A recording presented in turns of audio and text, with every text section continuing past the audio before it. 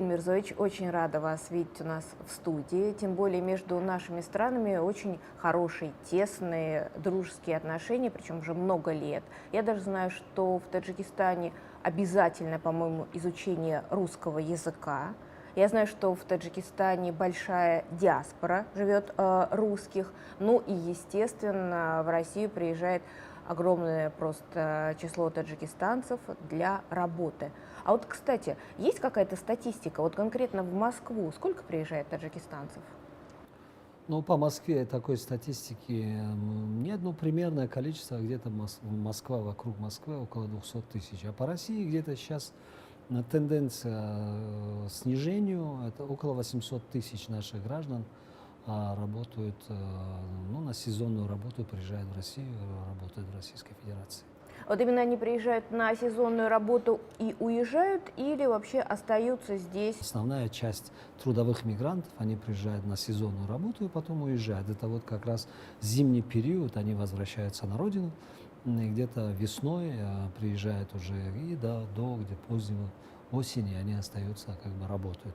Но есть немалое тоже количество граждан Таджикистана, которые принимают российское гражданство. Между Российской Федерацией и Республикой Таджикистан есть соглашение о двойном гражданстве. По-моему, на пространстве бывшего Советского Союза только Таджикистан имеет в России двойное гражданство. Ну, а это вообще довольно простая процедура? Ну, я не думаю, что вообще получение российского гражданства, вообще любого гражданства, это не очень простая процедура. Но для, скажем, граждан бывшего Советского Союза существуют какие-то более облегченные, но в любом случае проблемы есть. А скажите, вообще, вот с какими проблемами они обращаются в посольство и вообще как вы их поддерживаете? Конечно, проблем очень много. И многие проблемы, ограничения, конечно, сняты, но проблемы остаются. Но есть проблемы с тем, что есть определенное количество наших граждан, которые все-таки приехали давно, не имеют регистрации, еще какие-то другие проблемы. Для возвращения на родину обратно им нужно приобретать какие-то документы, то есть покинуть территорию России без документов не могут. То есть они обращаются к нам, мы выдаем справку о возвращении на родину. Но здесь есть такая проблема, что эти граждане, которые возвращаются по этим справкам, которые не имели регистрацию и так далее, им уже запрещают въезд на территорию России на сроком от 3 до 5 или до 10 лет. Поэтому мы предложили все-таки амнистировать вот то количество граждан, которые здесь находятся в нелегальном положении, дать возможность легализоваться, скажем, дать определенный срок, чтобы они получили документы, вернулись на родину, и чтобы они могли вернуться обратно, то есть без страха того, что их не пустят. Это количество, которое легализуется, будет иметь официальные документы, они все-таки будут приобретать патенты. Патенты это что? Это деньги в бюджет. И за этими вещами обращаются в основном для оказания консульских услуг. То есть это документы, это справки, это паспорта. Тогда давайте перейдем к сотрудничеству между нашими странами. Ну, я понимаю, что мы сотрудничаем, конечно же, во многих областях, но в первую очередь меня интересует экономическое сотрудничество. Вот расскажите, пожалуйста, об этом аспекте. Почти во всех сферах мы сотрудничаем. Конечно, экономика. Экономика играет важную роль в развитии двусторонних отношений. Россия занимает ведущие позиции и по инвестициям в экономику Таджикистана, и по торговле, и объем накопленных инвестиций это было 1,3 миллиарда долларов. Это для, скажем, масштабах Таджикистана это немало. И мы сейчас работаем над углублением вот этих двусторонних экономических связей. Мы подключаем здесь регионы России. Есть и малый, и средний бизнес. Вот, кстати, меня очень интересует как раз вот малый и средний бизнес. Вообще вот есть какие-то у вас примеры успешного сотрудничества, да, между таджикистанскими и российскими бизнесменами? Тут можно очень много примеров приводить, потому что они как бы есть везде. Это торговля прежде всего, это и транспорт, это и логистика. А что вот из Таджикистана приходит, например, в Россию? Сельскохозяйственную продукцию, это овощи, фрукты мы выпускаем, как бы экспортируем. Текстильная промышленность, хлопок экспортируем мы. А знаете, что мне еще интересно? А вот что вообще делает Таджикистан для привлечения иностранных инвестиций?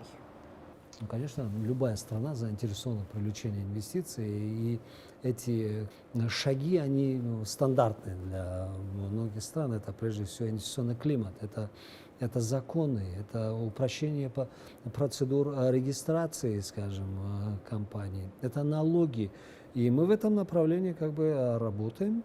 Если физическое лицо, это в течение 3 дней, как бы юридическое лицо в течение 5 дней. А наша национальная валюта, она конвертируема, ее можно конвертировать.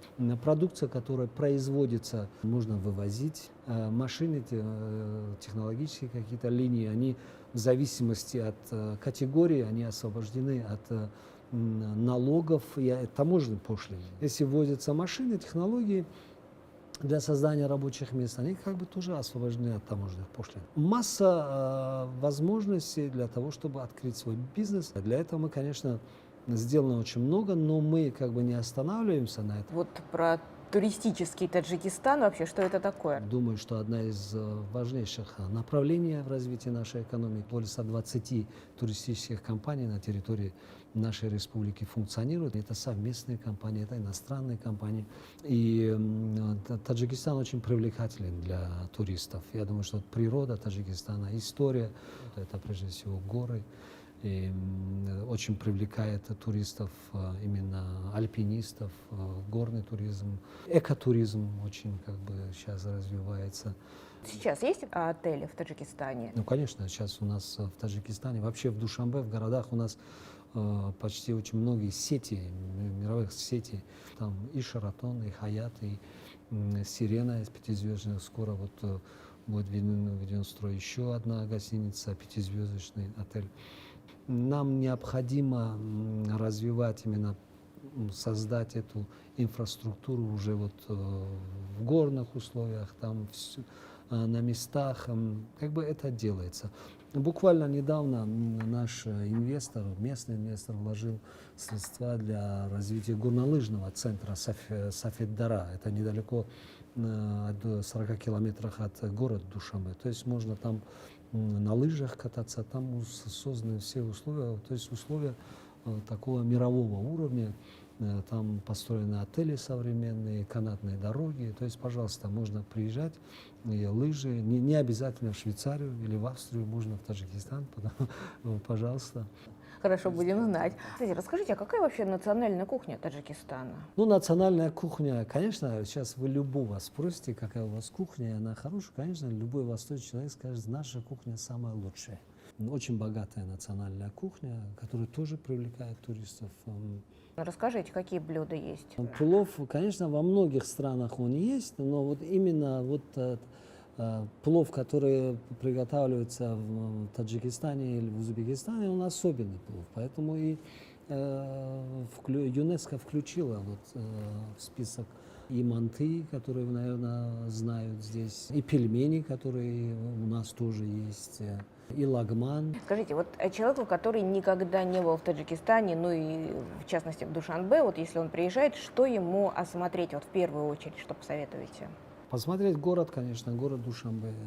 Есть у нас прекрасные музеи. Надо посмотреть вот эту 12-метровую Будду в Нирване, которая хранится в нашем национальном музее. Есть археологические раскопки, которые ведутся уже на протяжении последних десятилетий. Наши музеи организуют выставку наших музейных экспонатов. Посетить театры, опера, балет, Варзобское ущелье, Тарамидское ущелье, Гисарская крепость. Можно в горы, Фанские горы. На севере Таджикистана можно увидеть наши старые города. А скажите, а вот с точки зрения безопасности, насколько комфортно себя будет чувствовать турист? Абсолютная безопасность, очень безопасная у нас республика в этом плане. И по рейтингу мировом оценки вот именно туристической привлекательности Таджикистан в этом году занимает одну из ведущих позиций. Поняла. Ждите в гости. Да, обязательно. Приглашаем, кстати, вас. Спасибо, спасибо. Мудин Мирзович, и тогда какие планы вообще на 2017 год, в частности, у Таджикистана и между нашими странами вообще, что запланировано, какие проекты? Мы в этом году будем отмечать 25-летие установления дипломатических отношений между Российской Федерацией и Республикой Таджикистан. Это юбилейная дата. Мы запланировали на территории Российской Федерации ряд мероприятий культурных. Это организация выставок картин наших художников, фотографий. Это концерты мастеров искусств Таджикистана. Кстати, мы ежегодно в марте по всей России, во всех городах России мы отмечаем праздник Навруз. Это Новый год по восточному календарю. 21 марта. Цель привлечь местное население, русское население, вообще все народы, которые проживают на территории Москвы и Российской Федерации, чтобы они пришли, посмотрели, увидели, поближе узнали друг от друга. Когда человек знает, что вот таджики или другие народы являются носителем очень древней культуры и цивилизации, я думаю, что это помогает жить вместе. И этот год, он будет очень насыщенным. Я уже сказал, конечно, будут подписаны документы, соглашения, которые будут служить развитию этих связей. И мы надеемся, 2017 год станет годом, когда таджикско-российские отношения поднимутся на более качественный уровень.